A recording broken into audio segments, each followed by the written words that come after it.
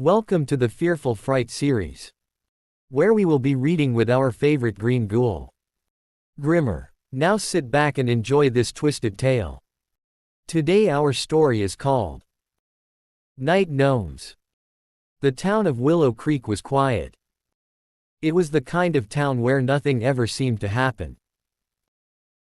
Small houses sat along tree-lined streets, neighbors waved politely, and the biggest excitement most people had was the fall festival every October. But there was one strange thing about Willow Creek. Almost every house had garden gnomes. They sat in flower beds, on front porches, and beside mailboxes. Some were smiling, some held lanterns, some carried tiny shovels. People thought they were cute decorations. Except the older residents. The elderly people in town hated them. Some refused to let them anywhere near their homes. And they all warned their children the same thing. Never look at the gnomes after midnight. Most kids assumed it was just a weird superstition. Except for Noah Carter and his younger sister Emily Carter.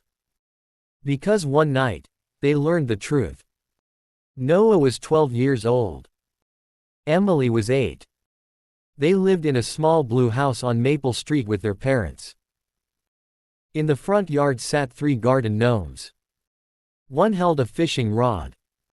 One held a lantern. And one had a red hat and a wide grin carved into its stone face. Emily loved them.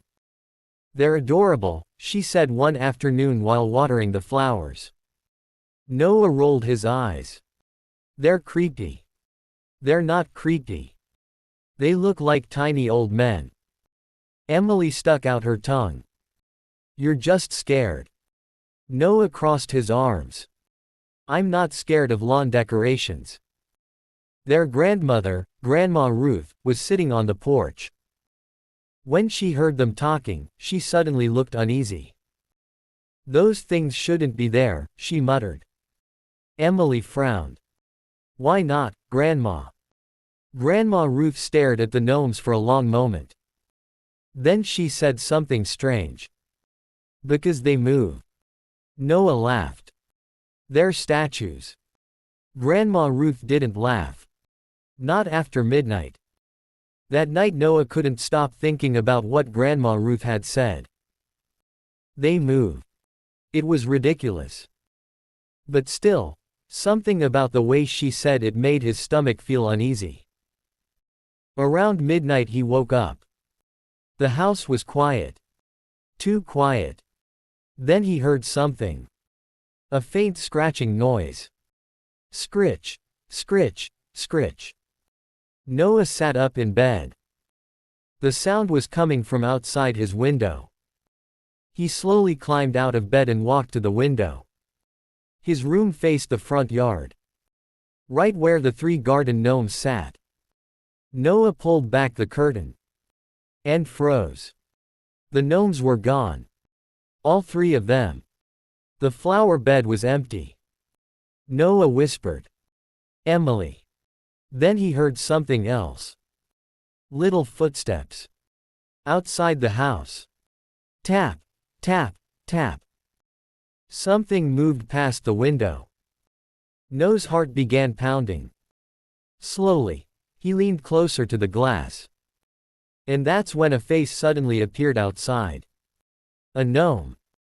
Its stone face was cracked and twisted, but its eyes were no longer painted black circles.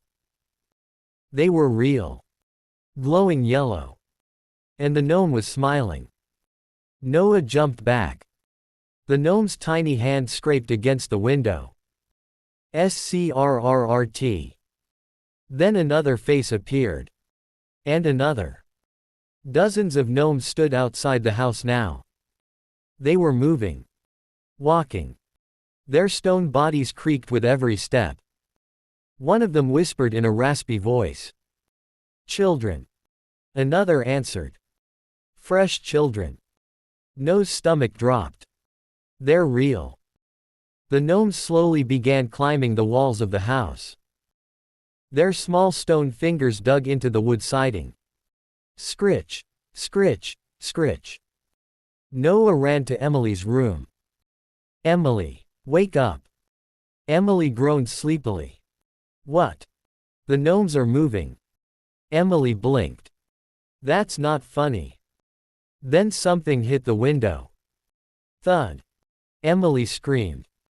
A gnome was climbing through the window. Its red hat scraped the frame as it squeezed inside. Its face looked old. Ancient. Its grin stretched too wide. Found one. More gnomes climbed through the window behind it. Noah grabbed Emily's hand. Run. They ran into the hallway. But the scratching sounds were everywhere now. Coming from inside the walls.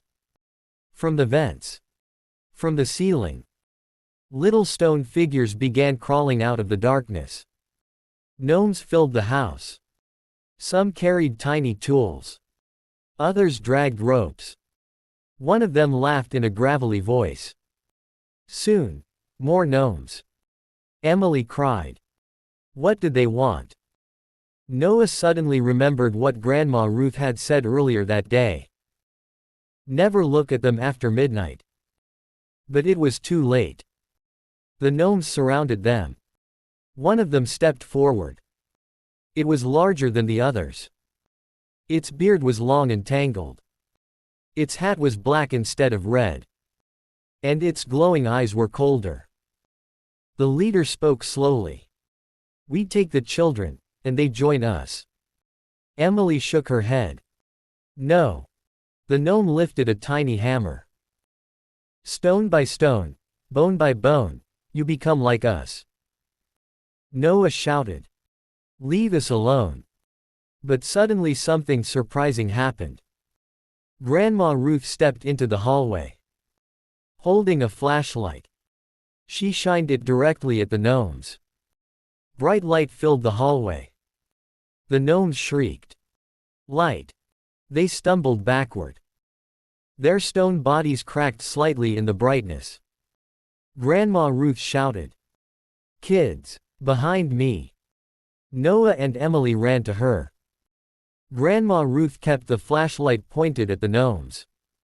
They hate bright light, she whispered. The gnome leader hissed. You escaped us once, Ruth. Noah blinked. What? Grandma Ruth's face grew pale. Later, she whispered. She slowly backed toward the front door. The gnomes crawled along the walls and ceiling, trying to stay in the shadows. Grandma Ruth opened the door. Run. They ran outside into the street. Streetlights flooded the road with bright light.